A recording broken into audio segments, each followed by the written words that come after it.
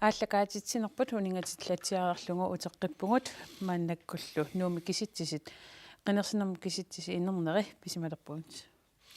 Nu er der kun sekunder til vi har fået talt Nuuk op, og tallene er tastet ind, og vi kan præsentere dem herover, så vi kan få et foreløbigt og endeligt resultat på valget til Inatsisartut 2013. Det er spændende. Det bliver meget spændende. Det bliver faktisk ikke mere spændende. Daniel, hvad siger du? Ja, men nu har vi fået tallene fra Nuuk. Nu venter vi blot på, at de popper op. Massik utaqqinarpagut nuumingaan kisitsinguagut uunga ikkunnerarnissa. Läsuna uteqqilaarsuutigu massakkumut Nuuk ilaatinnagu siumut ajungaaqqassututa nailerneqarsinnau iyaakkinguariarsmasoq. Takkua nailiinerat uteqqilaartugutingi suna pingaarnerpaat massakku inississimava. Tas аллаққаамут оqaатигисарп сиумут сиуариартор таавалу укуа массакнааlikkersuus сооqataasimassut кингуариартут таанна киллиффингаарпут таавалу аама нуук писсагалт утаққиатсуқаноқ биомаарнissaа массак аама тусарпарпоқано ингерлсимас тас сиумут сули сиуариарсимавоқ таавалу таакнааlikkersuusoqатигит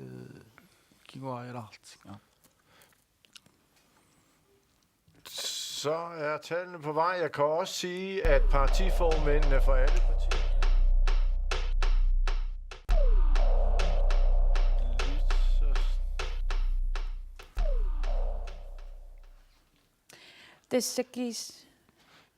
Jeg kan lige sige, inden vi får tallene, så er partiformændene på vej herind, og der har vi dem. Tasmassakkut nuummi kisittisit pisimalerpungut taaneeleqanu isikorpmassakkut tastaan unnummullu oqaluuseriharput siumut siuariartornera suli ingerlavoq taalu uani naalikkersuus oqatigissimasut aam kinguariartutut oqaatigineqarsinnaapput ia suli anginersaaloorluni 4000 tinik taassoqaloorlun kisen 6% kiuariarsimasoq siumut 11% siuariartor demokraatit ikile aam kinguariarput parti inuit aam siuariarlun taavsinneri kinguariartik tastaanna nunatsin tikkuussana unnumullingerlus aam uani nuum aam atu taamatoqarnaartu paallannarpa таамааттоқарнера налуа тупаалланнерт исигиснаанерт нуук иммиккуукаяртугалоорпоқ кисианни аама нунатсинни тааматут тиккууссоқарнера уннуммул такусақаттаагар аама нуум атуутоқаатигисиннера. Så har vi tallene for Nuuk, og selvom IA bliver en overbevisende vinder i Nuuk, så kan vi allerede nu slå fast, at billedet også her er det samme. Selvom IA får flest stemmer, så går de ned. Siumut går en smule frem her, og vi kan derved konkludere, at valgets store vinder bliver vel Siumut, og Alera bliver ny formand for naalakkersuisut. Det må man formode. Vi skal have en anden frame her, sådan at vi kan se fordeling i mandater. Den skal vi også lige have med. Aam uani det går resten op inuit rest kanok isikkoranners. Das ia demokratiske tusseratingillu ikinnerustaqalerput siumukkut атассуллу марлуиннаассаалуаруллуунниит тас амерланерустеқалерсимап уани парти инуит укунунга нaalakkersuussoqataasmi ilangukkaluорнлуун сиумул атассултас 16ник амерланерустеқартик амерланерустеқалерпут 14 mandater til Siumut ser det ud til, og 11 til Inuit Ataqatigiit. Det betyder, at Siumut med Atassut får 2, parti Inuit 2, og demokraterne også 2. Så to store partier og tre små. Ja, og men Siumut har flertal sammen med Atassut alene. Ja. Det vi kan konstatere, det er, at Siumut har flertallet, og så er de den, der i morgen eller i aften, eller hvornår tager forhandlingerne i gang, enten med det ene parti eller den anden. Jeg synes, vi har fået partilederne ind. Det tager vi på grønlandsk her. Jeg trækker mig tilbage. Er det harmon? Det ser man jo nok lort mig. Siumut min gang i på sig. Men det går løn renøbet. Nu er nakaanga, tulluisi makaanga, amma. Kujarusuppuga, tunnu ja kutti soppessuan siumuk kommun taasi soppessuan. Assut siumusinnerlu qamang pisum kujavu.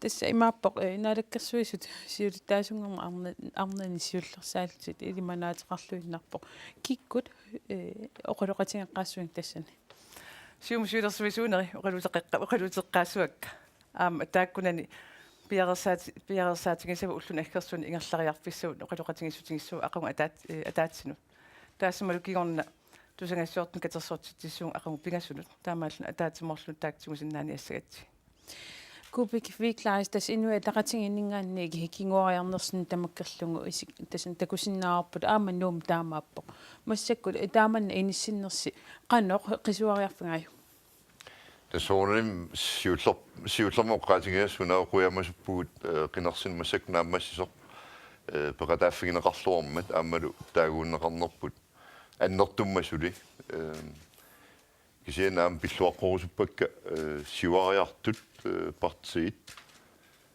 kissaalluin taman ajungitsumik aammalu ullun tullerni oqoloqatingiinnissoornam pissanganartoruissuupput qanuingerlajumaarners kisian tassa qutsavingorusupak qineqqusartittarisimasangu tamaasa qinersisugul tamaasa ullor nuannersorsuimalun unnuar taamaalillunnaammassimma taamannaka kinguariateqarnissarsi ilimangerersmaviu Tassam arlaatigut ilivagineqarsinnaa kigullorm qinersinermi 100% siuariarnikuungatta taannalu attakkuminaasinnaasut takorloorparput qinersineru kigorn kisianaamu kiukingulliisisamat sukannersumi ingerlattisiman soornalim naleqarsinnaasu ilimangeerparparlaatigut partiinuit nikuulsinni ilisi tassa siullerpaam inatsartum qineqqusaarpus takuneqarsinnaastullu aamma isertitaqartussaallusi marlunni qanu massakku qanu ippit soornam nuannerpu aamma siullermi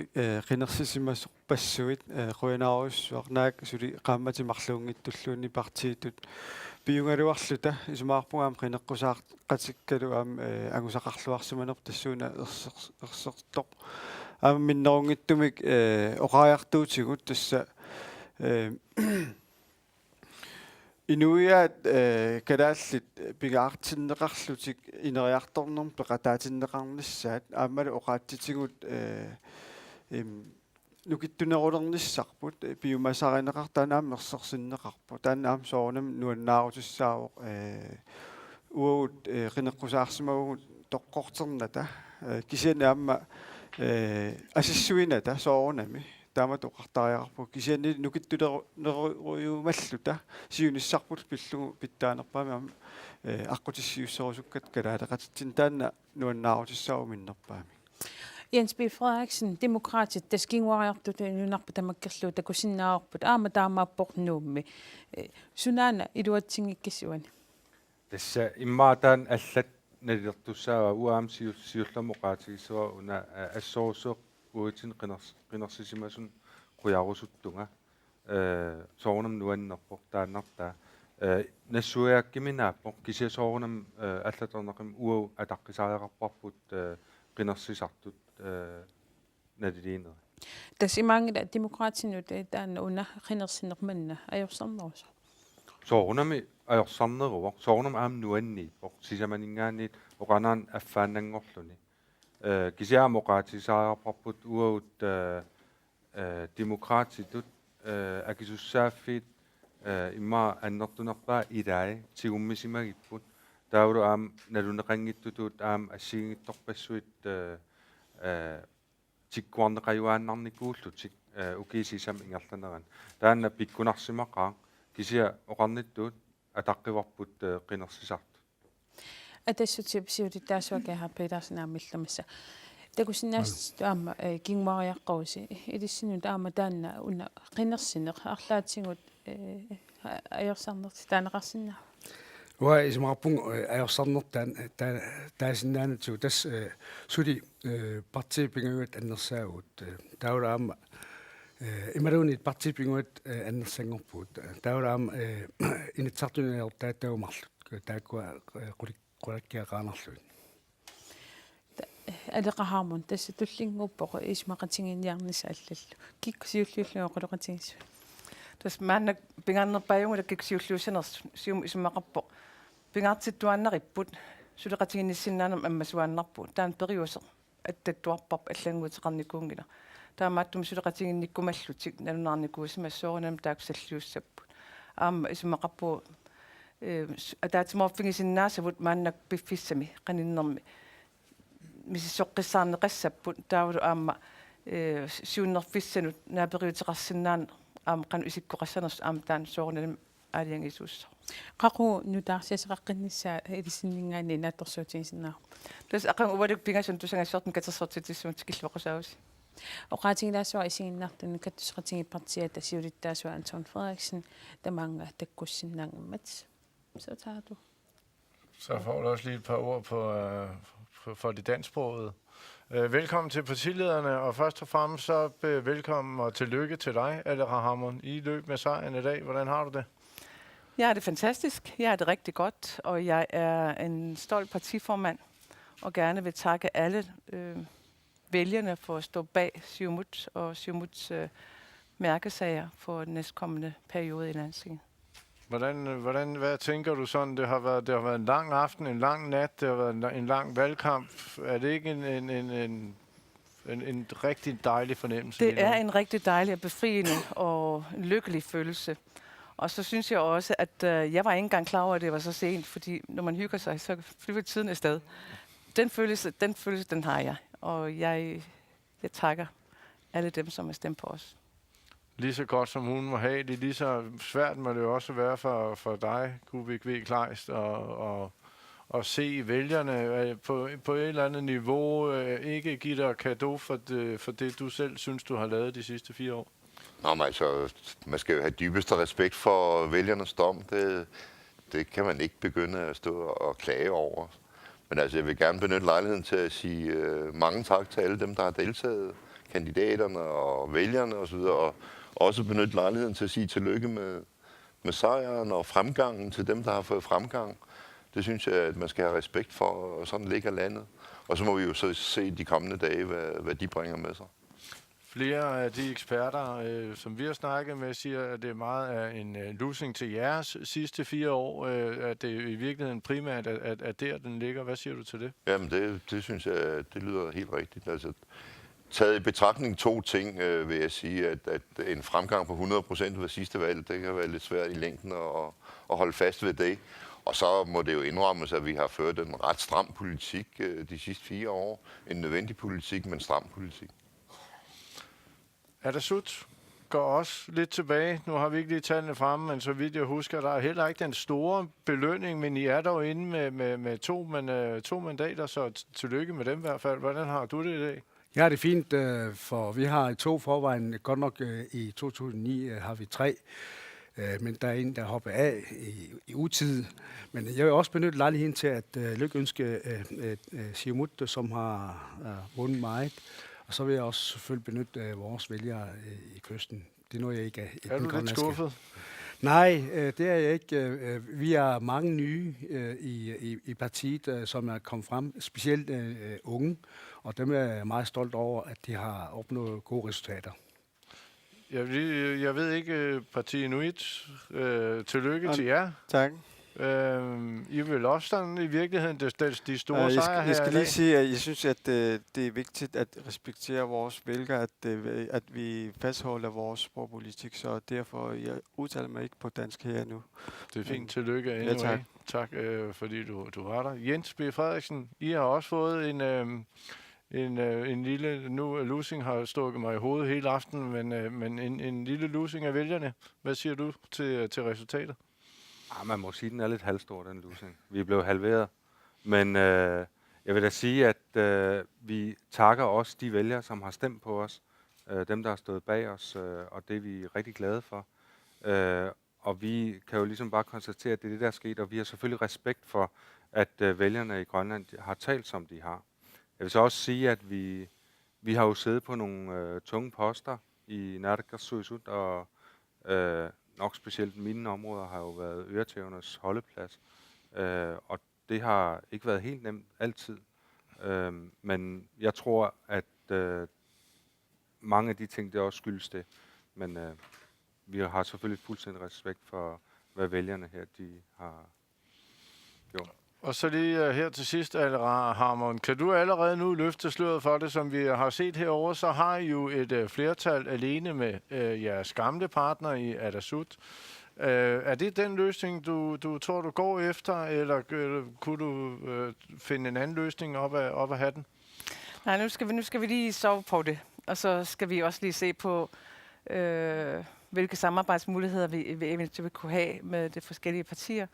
Men det første opgave, jeg har, det er at viderebringe den glædelige nyhed til den samlede hovedbestyrelse, og så tager vi derefter, vi indkalder til præsten i morgen kl. 3, så er jeg velkommen til at komme med. Meget fint. Det vil jeg næsten love, i hvert fald nogen gør. Og I kommer også tilbage her i morgen aften til lige at snakke lidt videre om resultaterne og hvad fremtiden vil bringe. Tak for et dejligt valg, og tillykke til vinderne, og kom igen til dem, der har ikke gået så godt for. Tak for nu.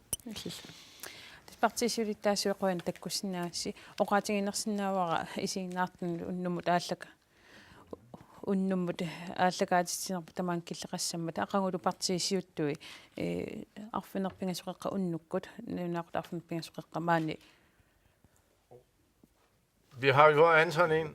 Ja, Anton Frederiksen, velkommen. Du kan jo starte på grønlandsk. Anton Frederiksen er isеққаммавутит тасса такусиннаасармалиллугу исертитақаққингитторпуси кингуариаруйссуарту қалумасигисмаамассакку тасоонами уххорнарпоқ аама нассуорутигисариақарпарпут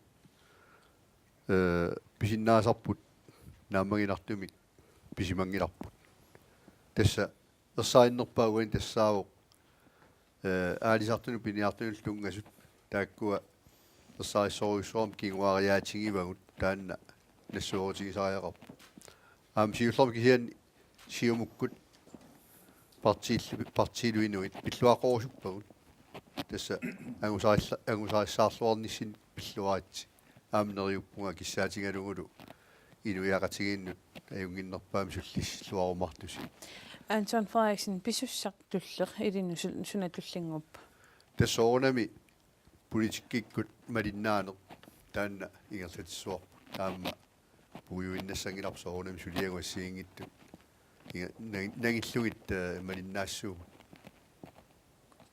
каттусеқатинги партиат ингерлаққассуа соонами аам кууниму қинигассангортиппу Anton Frederiksen, det lykkes ikke i denne her omgang. Er du skuffet og ked af det? Det må du næsten være. Altså, jeg må erkende, at vi har ikke gjort nok for fiskere og fangere. De er indlysende, og det er de, som har slået os. Og det er i vores kæmpe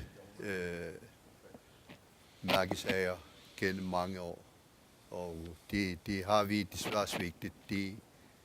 Kan du så godt lige bestå i morgen, eller hvad er den umiddelbare fremtid for partiet? Altså, skal du så partiet fortsætte, og vi stiller op til kommunevalget. Så vi håber, vi ønsker Siumut og partiet hjertelig tillykke med deres flotte resultat. Vi får partilederne videre til debat i morgen fra kl. 19.30 på grønlandsk og lidt senere på dansk.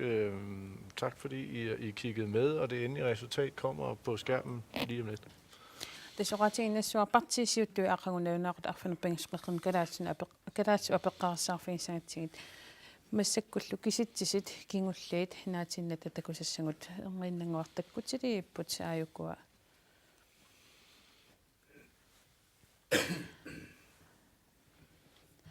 Der kommer det. такусиннаасатситут 100% тас кисиннеқалерерсмаппут Under 129%-timik allaqasummaa takungiinnarutsum kisian siummut partiet annerpaatu 12.449 taajunneqarluni 14 inatsartunu isertitaqassooq tas 15%-timik 15,4%-timik siuariarsimooq inu ataqatingi 10.191 taajunneqarlutik 34,6%-timik massakkut tas taaneqarsimapput kisian taammakkaluartoq minus 9,7%-timik kinguariartuk aqqanilinnik isertitaqartussaasut тассанилу такусиннаарпу парти иннернера атассут парти иннуит демократик каттусеқатингиллас тааманни иниссимасут сиуму 14 исертитақарпоқ ину атақатингит аққаналинник атассумарлук парти инуимарлук demokratillumарлук каттусеқатингит исертитақангиттортут. Og en kort resumé af det er, at Siumut bliver de store vindere med 42,3% af vælgerne. Det er en fremgang på 15,4. Inuit Ataqatigiit går tilbage med 9,7. Atassut med 2,3. Parti Inuit frem med 6,7% af vælgerne og får 2 mandater. Demokraterne tilbage med 6,6. En halvering, som formanden lige har sagt. Og Ataqatigiit får 1,4% og derved ingen mandater. Det kigger vi meget nærmere på i morgen, men det er det endelige resultat ved valget til Inatsisartut 2013. Unnummudaallaqaatissinerput taamaalilluta immaqoqarlutakkiisami naammassinialisseerput kisianqularnangit unaavoq aqangumingaanniik malunniit malinnaalluarmaarattapartiilsiuttui aamma arfinerpingasqaqqa unnukkut maani aallaqaatissilla peqaarsaarfiimaarti. Vi ses.